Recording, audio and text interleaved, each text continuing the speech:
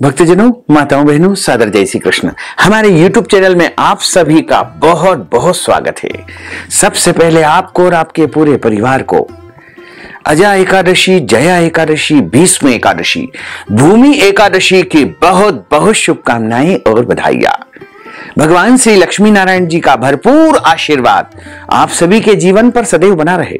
आप सभी सुखी रहें, स्वस्थ रहें, व्यस्त रहें, मस्त रहें, सदैव प्रगति तथा उन्नति को प्राप्त करते रहें।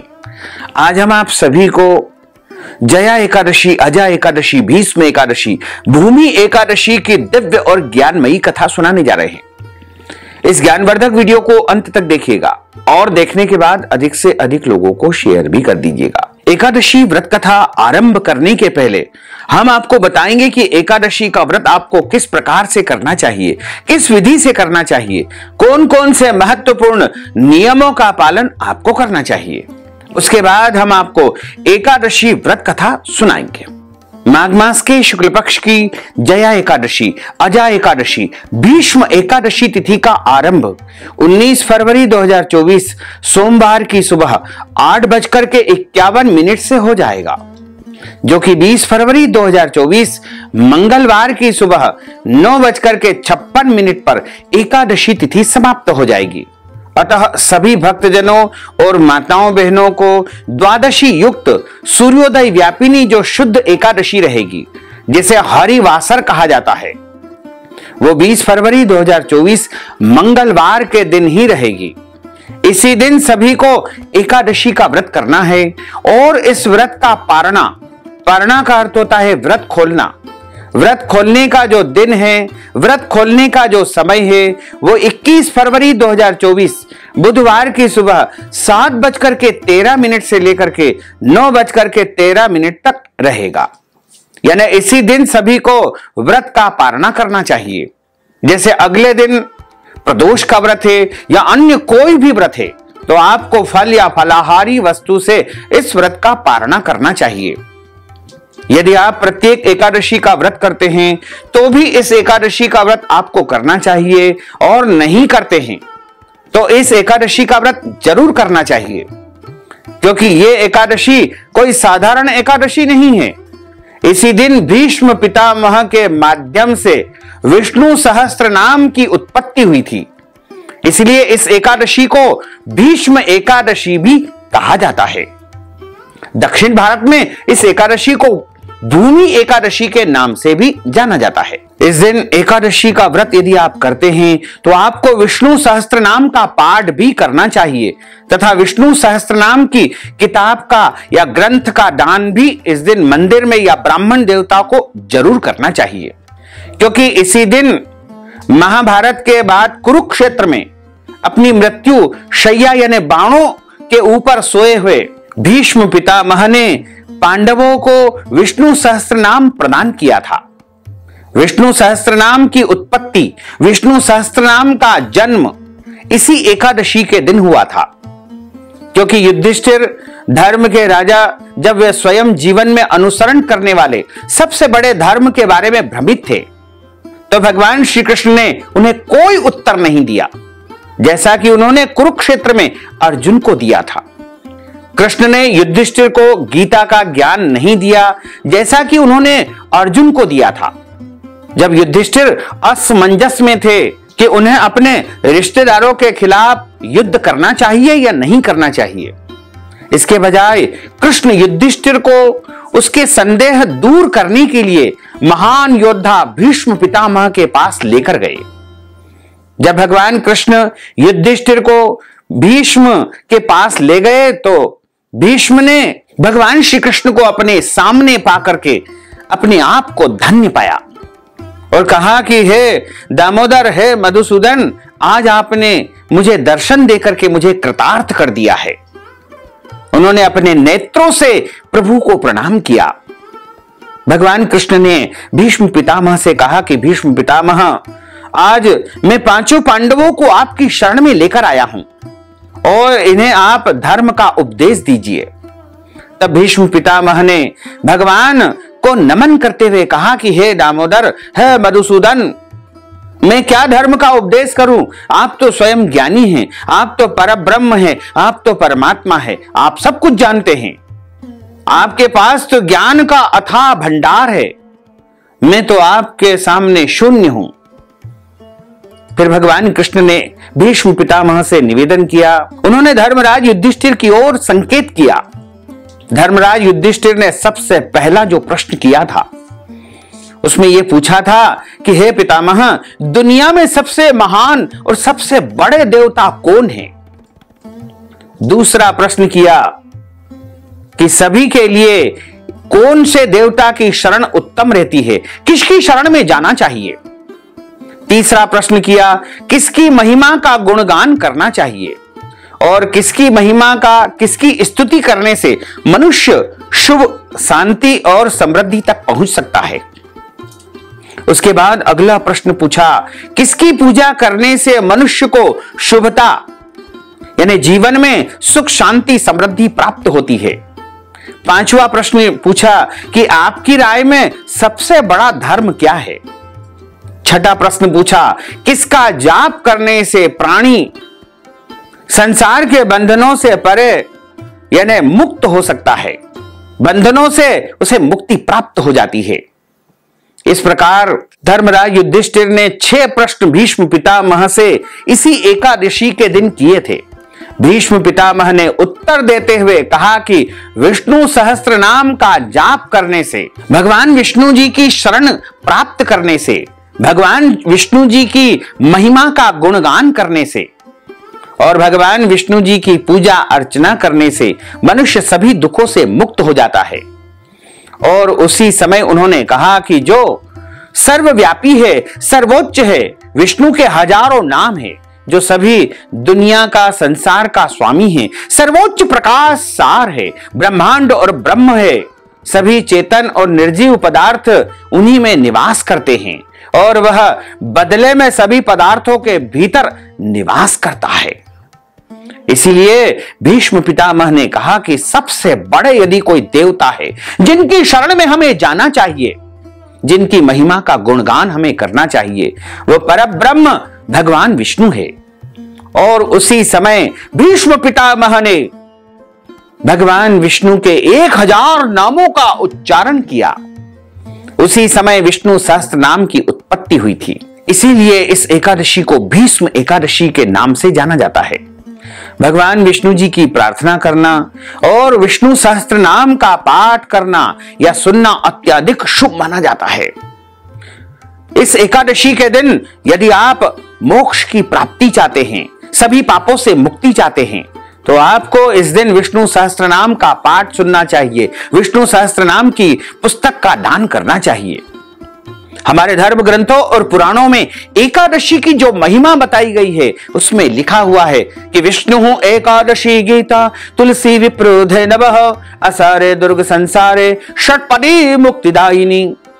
भगवान श्री हरि विष्णु जी का पूजन करना, एकादशी का व्रत रखना, गीता जी का पाठ करना, तुलसी जी का पूजन एवं दर्शन करना, ब्राह्मण देवताओं की सेवा करना, उनको दान करना, उनको भोजन करवाना, गौ माता की रक्षा तथा सेवा करना, ये 6 कार्य इस कठिन संसार सागर को पार करने हेतु मुक्तिदायक बताए गए हैं।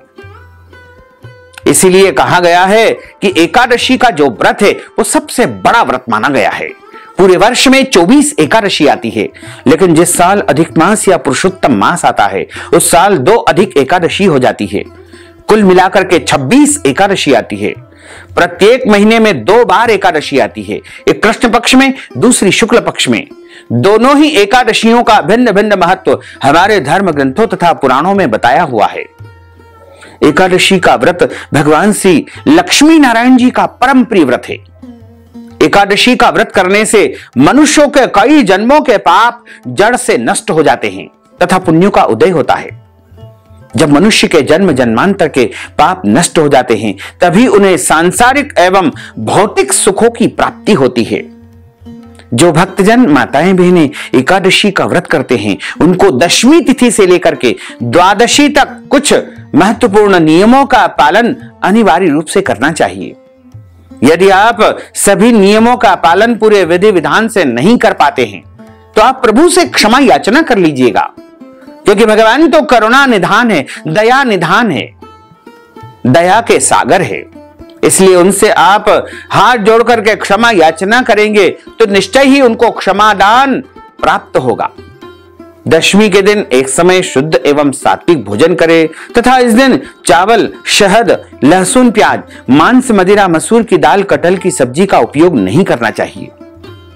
दशमी के दिन पराय अन्न अर्थात दूसरे के घर का भोजन नहीं करना चाहिए। विवाहित स्त्री यदि अपने मायके में भोजन करती है तो उसको कोई दोष नहीं लगेगा। ब्रह्मचर्य व्रत का पालन करना चाहिए। एकादशी के दिन सुबह जल्दी उठ करके स्नान करके पूजा अर्चना करके एकादशी व्रत का संकल्प धारण करना चाहिए। पद्म पुराण के उत्तरखंड के अध्याय 64 में श्लोक नंबर 34 लिखा हुआ है, एकादश्याम निराहार स्थित्वाहम परेहनि भोक्षामि पुंडरीकाक्ष शरणम में भवाच्युत। हे कमल नयन, हे भगवान वासुदेव, हे अच्युत, मैं एकादशी के दिन निराहार रह करके दूसरे दिन ही भोजन करूंगा। जो भक्तजन एकादशी का व्रत करते हैं उनको संकल्प अवश्य करना चाहिए। यदि आप निष्काम भाव से व्रत कर रहे हैं, निष्काम भाव का अर्थ होता है बिना किसी कामना के किए जाने वाले व्रत को निष्काम व्रत कहा जाता है। और यदि आप सकाम भाव से व्रत करते हैं, दोनों ही परिस्थिति में आपको व्रत का संकल्प अवश्य धारण करना चाहिए। यदि आप संकल्प करने में असमर्थ है या फिर यात्रा में हैं, तो आप इसको सुनकर भी संकल्प का पुण्य प्राप्त कर सकते हैं। या फिर मन ही मन आप प्रतिज्ञा कर ले कि आज मैं पूरे विधि विधान से एकादशी का व्रत रखूंगा। यदि आप अपने घर पर है और विधिवत संकल्प करना चाहते हैं तो अपने पूजा स्थल में या देव मंदिर में या भगवान के सामने बैठ करके या पूर्व दिशा की तरफ मुंह करके अपने सामने जल का पात्र रखें। एक थाली में रोली, चंदन और जौ और तिल रख करके तथा हाथ में तुलसी का पत्ता, पीला पुष्प, सुपारी, कुछ पैसे रख करके संकल्प धारण करना चाहिए। संकल्प करते समय हाथ की मुद्रा को इस प्रकार रखें और हाथ के मध्य भाग में जल रखे, सुपारी रखे, कुछ पैसे रखे, जौ, तिल, पीला पुष्प रखे और 3 बार आपको बोलना है, ओम विष्णवे नमः, ओम विष्णवे नमः, ओम विष्णवे नमः। ओम तिथिर्विष्णुस्थावरो नक्षत्रम विष्णुरेव च योगश्च करणं विष्णुः सर्वं विष्णुमयं जगत्। ओम विष्णुर्विष्णुर्विष्णुः श्रीमद्भगवतो महापुरुषस्य विष्णोराज्ञया प्रवर्तमानस्य अद्य श्री ब्रह्मणोन्हि द्वितीय परार्धे श्री श्वैतवाराह कल्पे वैवस्वत्मन्मन्त्रे अष्टाविंशतितमे कलियुगे कलि प्रथम चरणे भूर्लोके भारतवर्षे भरतखंडे जम्बूद्वीपे आर्यावर्तांतर्गत ब्रह्मवर्तेक देशे अवंतिकायां विशाला क्षेत्रे मध्य प्रदेशे भोपाल मंडलांतर्गते भोपाल नामनी नगरे ही संवत् 2080 मासा नाम मासे पुण्य पवित्र मासे माघ मासे शुभैः शुक्ल पक्षैः अद्यायः एकादश्यायां तदुपरांत द्वादश्यायां पुण्यतिथ्योः अद्य दिवसैः भौमवासरान्वितायां आद्रा दिवस नक्षत्रैः मिथुन राशिस्ते श्री चंद्रैः कुंभ राशिस्ते श्री सूर्यैः मेष राशिस्ते श्री देवराज गुरु शेषेषु ग्रहेषु यथा यथम राशि स्थान इससे सस्सु एवं ग्रह गुण गण विशेषण विशिष्टायाम शुभ पुण्य तिथोः। आप सभी अपना नाम और गोत्र यहां पर उच्चारित कर लीजिए। यदि आपको अपना गोत्र याद नहीं है तो आप ब्रह्म गोत्र या कश्यप गोत्र भी यहां पर बोल सकते हैं। श्रुति स्मृति पुराणोक्त वेदोक्त फल प्राप्त्यर्थम संकल्पित कामना संसिद्ध्यर्थम लोके सभायां राजद्वारे व्यापारे कृषि कार्ये सेवा कार्ये यश विजय लाभादि प्राप्त्यर्थम यह जन्मनि जन्मांतरे वा सकल दुरितोपशमनार्थम आदि देविक आदि भौतिक आध्यात्मिक त्रिविध तापोपशमनार्थम वात पित्त कफ जन दोष परिहारार्थम आदित्याद्यावाहित नवग्रह देवताः प्रसन्नार्थम सर्व देवताः प्रसन्नार्थम अप्राप्त लक्ष्मी प्राप्त्यर्थम प्राप्त लक्ष्म्योश्चिरकाल संरक्षणार्थम सकल मनिच्छित कामना संसिद्ध्यर्थम अद्य दिवसे ही भगवते श्री लक्ष्मी नारायण देवता प्रीत्यर्थंच एकादश्यायाम व्रत कर्माहम करिष्ये। इस प्रकार संकल्प प्रभु को समर्पित करने के बाद हाथ जोड़ करके भगवान से प्रार्थना करें, हे दीन बंधु दीनानाथ, हे करुणा निधान, आज मैं एकादशी का व्रत करने जा रहा हूं या करने जा रही हूं। मुझे आप पूरी शक्ति एवं सामर्थ्य प्रदान करे कि पूरे विधि विधान एवं नियमों का पालन करते हुए आज मैं अजा एकादशी का, जया एकादशी का, भीष्म एकादशी का व्रत धारण कर सकूं तथा आपकी कृपा एवं आपके आशीर्वाद को प्राप्त कर सकूं। इस प्रकार आपका एकादशी व्रत का संकल्प हो जाएगा। इसके बाद से आपका व्रत आरंभ हो जाएगा। एकादशी के दिन सर्वप्रथम पूजा अर्चना करने के बाद सूर्य भगवान को अर्घ्य प्रदान करे, माता पिता को प्रणाम करे, तुलसी जी का पूजन करे, गौ माता का पूजन करे तथा इस दिन किसी भी मनुष्य को अन्न का सेवन नहीं करना चाहिए, केवल फलाहार करना चाहिए। एक समय फलाहार करे, 2 समय फलाहार करे, कोई दोष नहीं लगेगा, लेकिन अन्न का सेवन नहीं करना है। अन्न का मतलब होता है दाल, चावल, रोटी, सब्जी इत्यादि जो अन्न की वस्तुएं होती है, उनका सेवन बिल्कुल नहीं करना चाहिए। सर्वोत्तम फलाहार गाय का दूध, दूध से बनी वस्तुएं मानी गई है। इसके अलावा ड्राई फ्रूट, सूखा मेवा, साबूदाना, मूंगफली दाना और अन्य प्रकार के जो शुद्ध और सात्विक फलाहार होते हैं, उनका उपयोग करना चाहिए। एकादशी के दिन झूठ न बोले, क्रोध न करे, लड़ाई झगड़ा एवं वाद विवाद बिल्कुल न करे। ब्रह्मचर्य व्रत का पालन करना चाहिए। दाढ़ी कटिंग अथवा शेविंग नहीं करवाना चाहिए। नाखून नहीं काटना चाहिए। शरीर के अंग के कोई भी बाल काटना या कटवाना इस दिन वर्जित माना गया है। किसी भी प्राणी का, किसी भी जीव का, किसी भी मनुष्य का अपमान या अनादर इस दिन बिल्कुल नहीं करना चाहिए। ईश्वर अंश जीव अविनाशी। प्रत्येक प्राणी में, प्रत्येक जीव में ईश्वर का वास माना गया है।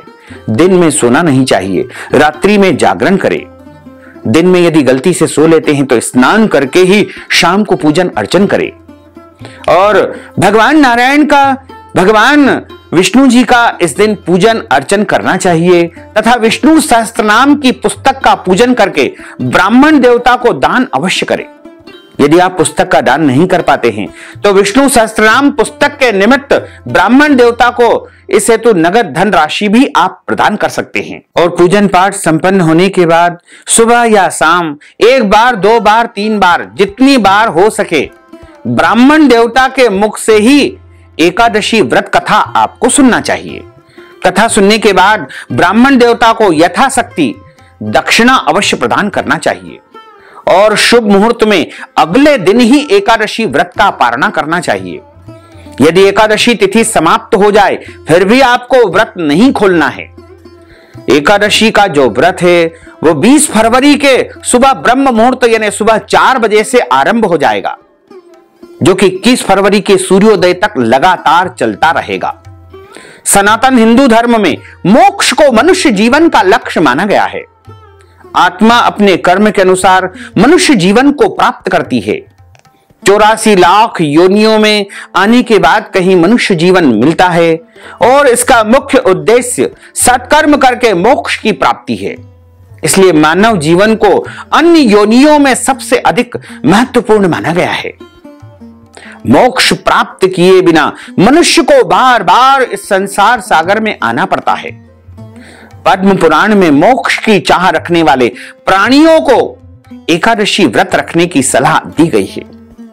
इसलिए प्रत्येक मनुष्य को इस उद्देश्य से एकादशी व्रत रखना चाहिए तथा पितरों को मुक्ति प्राप्त करवाने के लिए, पितृदोष से शांति करवाने के लिए, अपने मृतक पूर्वजों की तृप्ति के लिए एकादशी का व्रत भी करना चाहिए।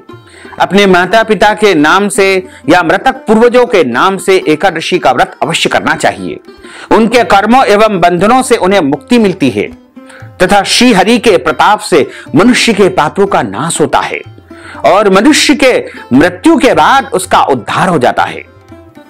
अजा एकादशी के दिन अन्य एकादशियों की तरह ही व्रत करने का विधान है। अजा एकादशी से एक दिन पहले यानी दशमी के दिन सात्विक भोजन करना चाहिए तथा सोने से पहले भगवान श्री हरि विष्णु का स्मरण करना चाहिए। ओम विष्णवे नमः, ओम विष्णवे नमः, ओम विष्णवे नमः। अजा एकादशी के दिन सुबह स्नान आदि से निवृत्त होकर के पूरे घर में गंगा जल छिड़क करके घर को पवित्र करना चाहिए। इसके बाद श्री हरि भगवान विष्णु जी की पूजा अर्चना करें। पूजा में तुलसी जी के पत्तों को अवश्य शामिल करना चाहिए। पूजा करने के बाद भगवान श्री हरि विष्णु के अवतारों की कथा या पाठ भी करना चाहिए। अजा एकादशी की रात्रि को भगवान श्री हरि का भजन या कीर्तन भी करना चाहिए। द्वादशी के दिन पुनः भगवान विष्णु जी की पूजा करके, ब्राह्मणों को भोजन करवा करके, या आटा दाल चावल सीधा सामग्री दान करके, या फिर उन्हें नगद धन राशि देकर के ही व्रत का पारणा करना चाहिए। व्रत का पारणा पूरे परिवार के साथ करना चाहिए। पारणा का मतलब होता है व्रत को खोलना। एकादशी पारणा व्रत के अगले दिन सूर्योदय के बाद ही किया जाता है। पारण को हरिवासर के दौरान यानी एकादशी के दौरान कभी भी नहीं करना चाहिए। हरिवासर के समाप्त होने के बाद ही व्रत को खोलना चाहिए। हरिवासर द्वादशी तिथि की 1/4 अवधि के बराबर है। उपवास तोड़ने का या व्रत खोलने का जो सबसे श्रेष्ठ समय माना जाता है वो अगले दिन सूर्योदय से 2 घंटे की अवधि मानी गई है। मध्याह्न के दौरान कभी भी व्रत का पारणा या व्रत नहीं खोलना चाहिए। यदि कुछ कारणों से प्रातः काल के दौरान उपवास न खोल सके तो व्रत मध्याह्न के बाद ही आपको खोलना चाहिए। माघ मास के शुक्ल पक्ष की जया एकादशी, अजय एकादशी, भीष्म एकादशी तिथि का आरंभ 19 फरवरी 2024 सोमवार की सुबह 8:51 से हो जाएगा, जो कि 20 फरवरी 2024 मंगलवार की सुबह 9:56 पर एकादशी तिथि समाप्त हो जाएगी। अतः सभी भक्तजनों, माताओं, बहनों को एकादशी का व्रत इस बार 20 फरवरी 2024 मंगलवार के दिन ही रखना है। 19 फरवरी को दशमी तिथि के नियमों का पालन करना है, 20 फरवरी को एकादशी का व्रत करना है और 21 फरवरी को यानी बुधवार की सुबह 7:13 से लेकर के 9:13 तक व्रत का पारणा करना होगा, यानी व्रत को आपको खोल लेना चाहिए। तो भक्तजनों, माताओं, बहनों, यदि आप जया एकादशी, अजय एकादशी, भीष्म एकादशी के निमित्त कोई भी दान पुण्य करना चाहते हैं, कथा की दक्षिणा देना चाहते हैं, फलाहार करवाना चाहते हैं, ब्राह्मणों को भोजन करवाना चाहते हैं, या फिर एकादशी व्रत का उद्यापन हमारे माध्यम से करवाना चाहते हैं, या फिर विष्णु सहस्त्रनाम पुस्तक का दान हमारे माध्यम से 11 ब्राह्मणों, 21 ब्राह्मणों, 51 ब्राह्मणों को करना चाहते हैं, तो इस हेतु अपना नाम और गोत्र हमें व्हाट्सएप के माध्यम से भेजे और इस हेतु नगद धनराशि हमारे गूगल पे, फोन पे, पेटीएम नंबर, अकाउंट नंबर के माध्यम से भेज करके जया एकादशी, अजय एकादशी, भीष्म एकादशी का संपूर्ण पुण्य लाभ प्राप्त कर सकते हैं। बोलिए श्री बालकृष्ण लाल की जय, श्री वृंदावन बिहारी लाल की जय, श्री गिरिराज धरण की जय, श्री श्याम सुंदर यमुने महारानी की जय, जगत गुरु श्री वल्लभाधीश की जय, गुसाई जी परम दयाल की जय, श्री गुरुदेव की जय, लाडले लाल की जय, आज के आनंद की जय। गुरुर् ब्रह्मा गुरुर्विष्णु गुरुर्देवो महेश्वरा, गुरुः साक्षात् परब्रह्म तस्मै श्री गुरुवे नमः। श्री अखंड मंडलाकारं व्याप्तं येन चराचरं तत्पदं दर्शितं येन तस्मै श्री गुरुवे नमः। वसुदेव सुतं देवं कंसचाणूरमर्दनं देवकी परमानंदं कृष्णं वंदे जगद्गुरुं, कृष्णं वंदे जगद्गुरुं। कृष्णाय वासुदेवाय हरये परमात्मने प्रणतः क्लेशनाशाय गोविंदाय नमो नमः। सच्चिदानंद रूपाय विश्वोत्पत्त्यादि हेतवे तापत्रय विनाशाय श्री कृष्णाय वयं नुमः। यं प्रव्रजन्तमनुपेतमपेत कृत्यं द्वैपायनो विरह कातर आजुहाव पुत्रेति तन्मयतया तर्वोऽभिनेदुस्तं सर्वभूत हृदयं मुनिमानतोऽस्मि। नेमिषे सूतमासीन मभिवाद्यं महामतिं कथामृत रसास्वाद कुशलः सोनको ब्रवीत्। बर्ह पीडं नटबरवपुः कर्णयोः कर्णिकारं बिभ्रद्वास कनककपीशं वैजयन्तीं च मालां। रन्ध्रान् वेणोर्धरसुधया पूरयन् गोपवृन्दैः वृन्दारण्यं स्वपदरमणं प्राविशत गीतिकीर्तिः। करारविन्देन पदारविन्दं मुखारविन्देन विनिवेशयन् जयन्तीं वटस्य पत्रस्य पुटेशयानं बालं मुकुन्दं मनसा स्मरामि कस्तूरीतिलकं ललाटपटले वक्षस्थले कौस्तुभं नासाग्रे वरमौक्तिकं करतले वेणुः करे कंकणं सर्वांगे हरिचन्दनं सुललितं कंठे च मुक्तावलिं गोपस्त्री परिवेष्टितो विजयते गोपालचूडामणिं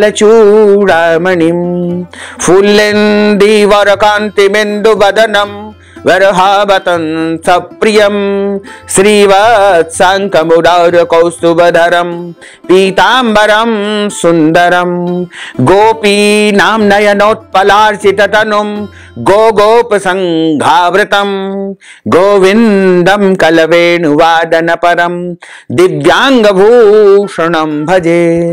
जय जय श्री राधारमण, जय जय नवल किशोर, जय गोपी चित चोर प्रभु, जय जय माखन चोर। मात मेरी श्री राधिका, पिता मेरे घनश्याम, इन दोनों के चरणन में मेरा बारंबार प्रणाम। मोहिनी मूरत श्याम की वो मन रही समाय, जो मेहंदी के पात में लाली रही समाय। धन यौवन एक दिन उड़ जाएंगे जैसे उड़े कपूर, मन मूरख तू राम भज क्यों चाटे जगधूर। राधे तू बड़ भागिनी कौन तपस्या कीन, तीन लोक तारण प्रभु सो तेरे अधीन, सो तेरे अधीन। राम कृष्ण दो एक है अंतर नहीं निमेष, इनके नयन गंभीर है उनके चपल विशेष, उनके चपल विशेष। बोलिए श्री लक्ष्मी नारायण भगवान की जय, श्री द्वारकाधीश भगवान की जय, श्री गिरिराज धरण की जय, श्री बाल कृष्ण लाल की जय, श्याम सुंदर श्री यमुने महारानी की जय, जगत गुरु श्री वल्लभाधीश की जय, गुसाई जी परम दयाल की जय, श्री गुरुदेव की जय। एक समय की बात है, नैमिषारण्य क्षेत्र में सूत जी महाराज शौनकादि 88,000 ऋषियों को विभिन्न पुराणों की कथाएं सुना रहे हैं। शौनकादिक ऋषि सूत जी महाराज से प्रश्न करते हैं कि हे महाराज, आपके श्री मुखारविंद से आज हम सभी माघ मास के शुक्ल पक्ष की एकादशी व्रत कथा सुनने जा रहे हैं। आप सभी के निवेदन पर यह कथा हमें सुनाने की कृपा करें। सूत जी महाराज कहते हैं कि एक समय की बात है, धर्मराज युधिष्ठिर ने यही प्रश्न भगवान श्री कृष्ण से किया था। उन्होंने कहा था कि हे भगवान, आपने माघ मास के कृष्ण पक्ष की षट्टिला एकादशी का अत्यंत सुंदर वर्णन किया। आप स्वेदज, अंडज, उद्भिज और जरायुज चारों प्रकार के जीवों के उत्पन्न, पालन तथा नाश करने वाले हैं। अब आप कृपा करके माघ मास के शुक्ल पक्ष की जो एकादशी आती है उसकी कथा हमें सुनाइए, उसका वर्णन कीजिए, उसका महात्म्य सुनाइए। इस एकादशी का क्या नाम है, इसके व्रत की क्या विधि है और इसमें कौन से देवता का पूजन अर्चन किया जाता है। भगवान श्री कृष्ण कहने लगे कि हे राजन, इस एकादशी का नाम जया एकादशी है तथा इस एकादशी का नाम अजा एकादशी है और इसके अलावा इस एकादशी का नाम भूमि एकादशी भी है और इस एकादशी का नाम भीष्म एकादशी है, क्योंकि इसी दिन भीष्म पितामह ने पांचों पांडवों को धर्म का उपदेश दिया था, श्री विष्णु सहस्त्र नाम का उपदेश दिया था। इसलिए इस एकादशी का नाम भीष्म एकादशी भी है। इस एकादशी के दिन ही विष्णु सहस्त्र नाम की उत्पत्ति हुई है, विष्णु सहस्त्र नाम का प्रागट्य हुआ है। इसलिए इस एकादशी के दिन विष्णु सहस्त्र नाम का पाठ करना चाहिए या सुनना चाहिए। और विष्णु सहस्त्रनाम की जो पुस्तक है उसका भी दान करना चाहिए। इस एकादशी का व्रत करने से मनुष्य के ब्रह्म हत्यादि पापों से छूट करके मोक्ष को प्राप्त होता है तथा इसके प्रभाव से भूत पिशाच आदि योनियों से मुक्त हो जाता है। इस व्रत को विधि पूर्वक करना चाहिए। भगवान कहते हैं कि अब मैं तुमसे पद्म पुराण में वर्णित इसकी महिमा की एक कथा सुनाता हूं। एक समय की बात है, देवराज इंद्र स्वर्ग में राज्य करते थे और अन्य समस्त देवतागण सुखपूर्वक स्वर्ग में निवास करते थे। एक समय देवराज इंद्र अपनी इच्छा के अनुसार नंदन वन में अप्सराओं के साथ विहार कर रहे थे और गंधर्व गान कर रहे थे। उन गंधर्वों में प्रसिद्ध पुष्पदंत तथा उसकी कन्या पुष्पवती और चित्रसेन तथा उसकी स्त्री मालिनी भी उपस्थित थे। साथ ही मालिनी का पुत्र पुष्पवान और उसका पुत्र माल्यवान भी वहां पर उपस्थित थे। पुष्पवती गंधर्व कन्या माल्यवान को देख करके उस पर मोहित हो गई और माल्यवान पर काम बाण चलाने लगी। उसने अपने रूप, लावण्य और हाव भाव से माल्यवान को वश में कर लिया। हे राजन, वह पुष्पवती अत्यंत सुंदर थी। अब वे इंद्र को प्रसन्न करने के लिए गान करने लगे, परंतु परस्पर मोहित हो जाने के कारण उनका चित्त भ्रमित हो गया।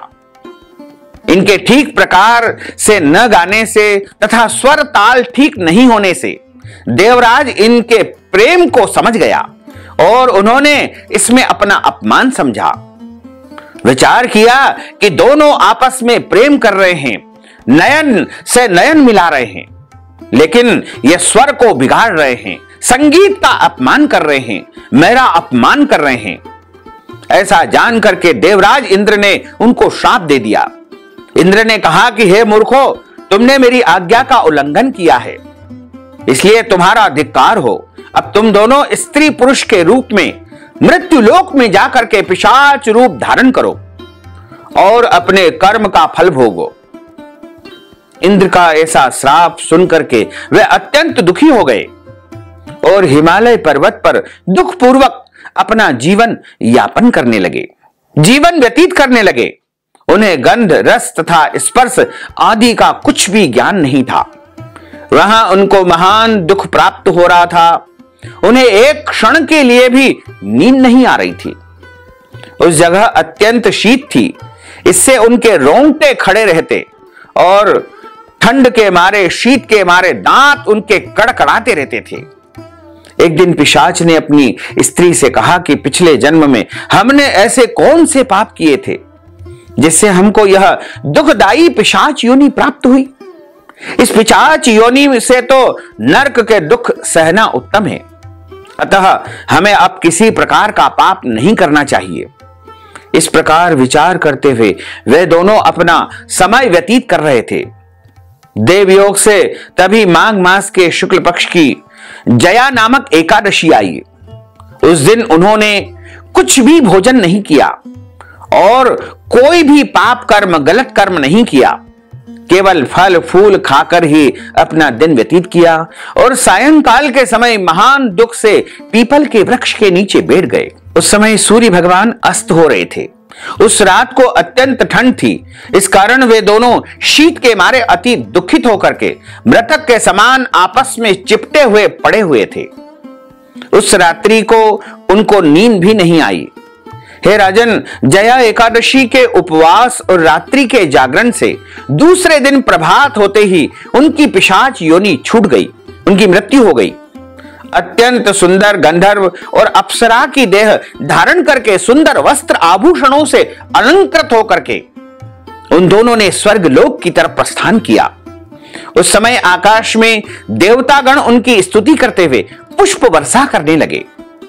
स्वर्ग लोक में जाकर के इन दोनों ने देवराज इंद्र को प्रणाम किया।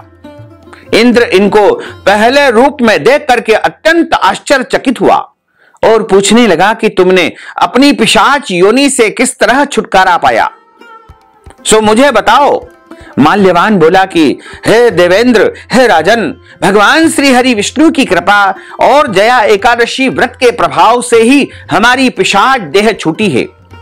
तब देवराज इंद्र बोले कि हे माल्यवान, भगवान की कृपा और जया एकादशी का व्रत करने से न केवल तुम्हारी पिशाच योनि छूट गई, वरन हम लोगों के भी वंदनीय तुम दोनों हो गए हो। क्योंकि भगवान विष्णु और शिव के भक्त हम लोगों के वंदनीय हो जाते हैं, पूजनीय हो जाते हैं, अतः आप धन्य हैं। अब आप पुष्पवती के साथ जाकर के विहार करो। भगवान कृष्ण कहने लगे कि हे राजन युधिष्ठिर, इस जया एकादशी के व्रत से यदि कोई प्राणी बुरी योनि में चला गया है, भूत प्रेत की योनि में भटक रहा है और किसी प्राणी का अभी तक उद्धार नहीं हुआ है, किसी की मुक्ति नहीं हुई है, तो उनके निमित्त यदि उनका कोई भी परिजन या वो स्वयं एकादशी का व्रत करते हैं तो बुरी से बुरी योनि से भी वो छूट जाते हैं, पिशाच योनि से भी वो छूट जाते हैं। जिस मनुष्य ने इस माघ मास के शुक्ल पक्ष की जया एकादशी का व्रत किया है, उसने मानो सब प्रकार के यज्ञ कर लिए हैं, सब प्रकार के जप कर लिए हैं, सभी प्रकार के दान कर लिए हैं। जो मनुष्य जया एकादशी का व्रत करते हैं वे अवश्य ही हजारों वर्ष तक स्वर्ग लोक में निवास करते हैं।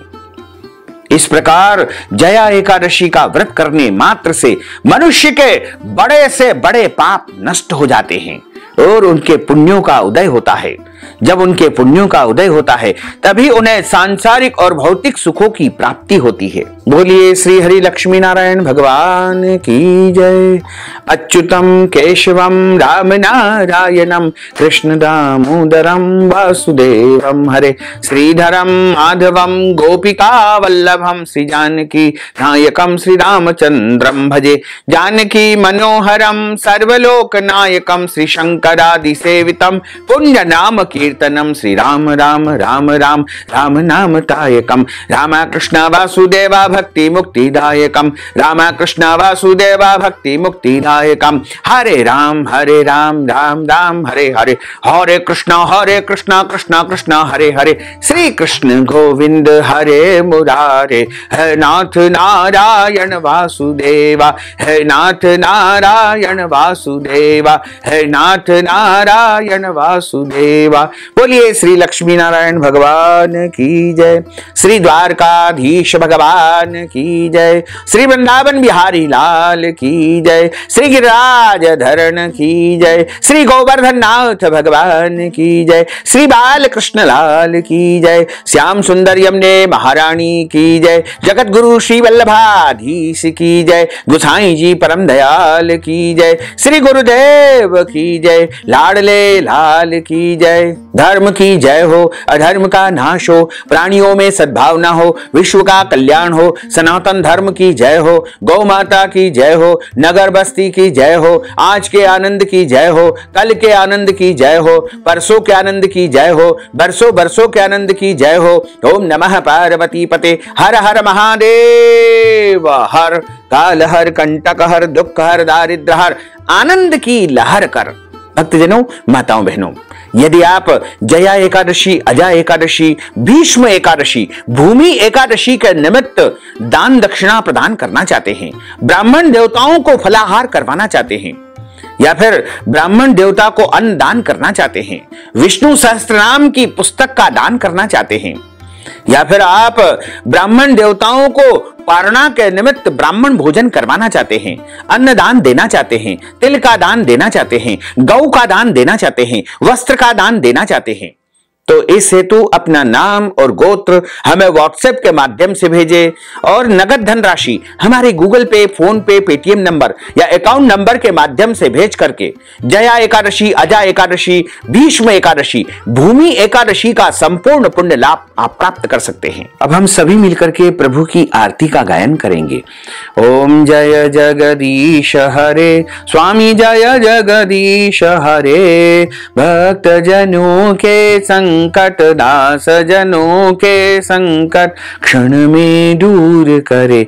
ओम जय जगदीश हरे, जो ध्यावे फल पावे, दुख बिन से मन का, स्वामी दुख बिन से मन का, सुख संपत्ति घर आवे, सुख संपत्ति घर आवे, कष्ट मिटे तन का।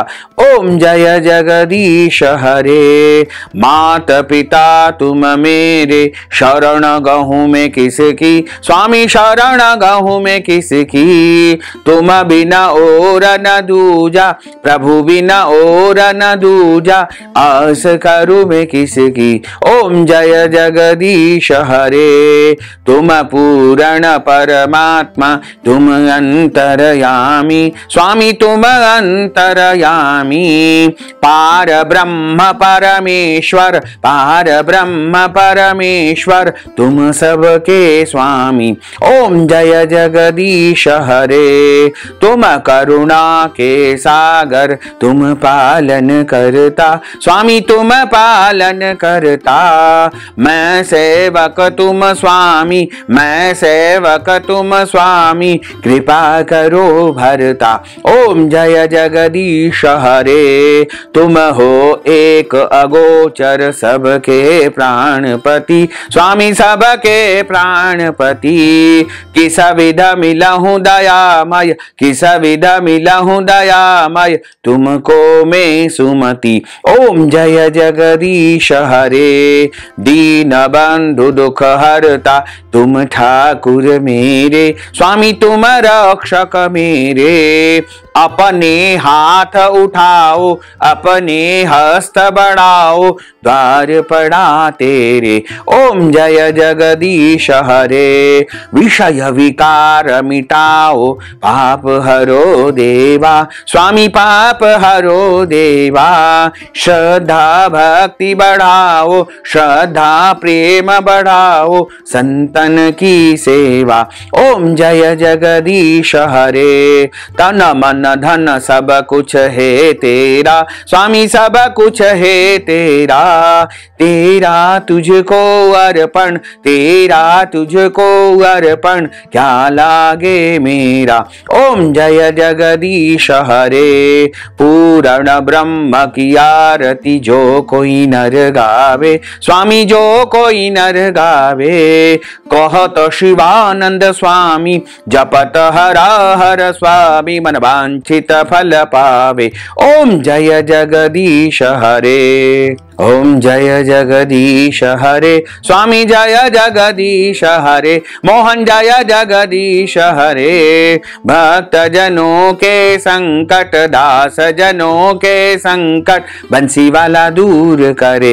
ओम जय जगदीश हरे, ओम कर्पूर गौरम करुणावतारम, संसार सारम भुजगेंद्रहारम, सदा वसंतम हृदयारविंदे, भवम भवानी सहितम नमामि, मंदार मालांकुलिता काये, कपाल मालांकित शेखराये, दिव्यांबराये च दिगंबराये, नमः शिवाये च नमः शिवाये, आरार्तिक्यं समर्पयामि नमो नमः।